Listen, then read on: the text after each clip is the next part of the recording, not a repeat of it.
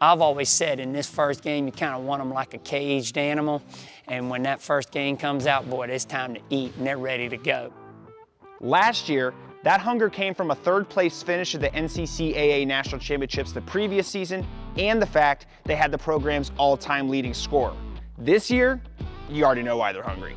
Last year, we were all devastated. Like, I remember the moment Briscoe walked in. I'll never forget it. And I think that because of the seniors, we saw how hurt they were by the news, that I think that that makes us want to play harder even more this season and win this thing.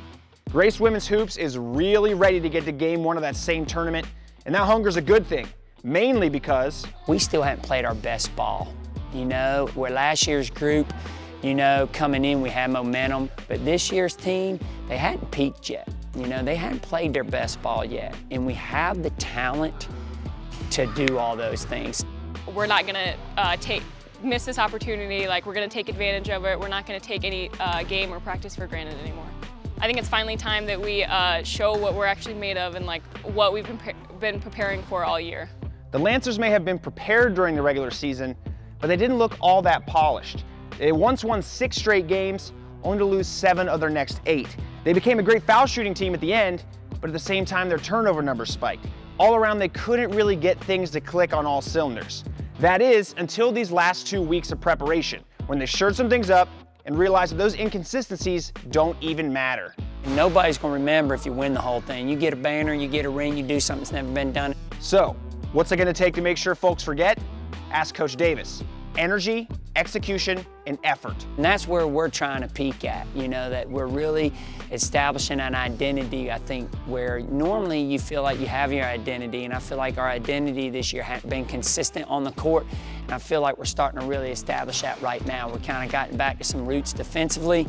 We're really playing a good brand of ball on the offensive end, and, you know, you can see confidence. That's what they fine-tune these final practices.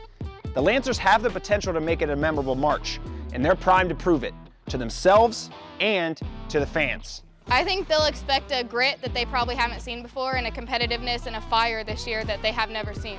This group never gives up with anything that they do. They continue to fight, they continue to play with energy, and we have never faltered together. We always play together. If we get to cut our nets down on our home court, man, it don't get any better than that, brother. You know, it's time to suck it up, dig deep, and be ready to fight and be ready to battle every night. 3 nights, 3 nights, 3 nights, 3 nights.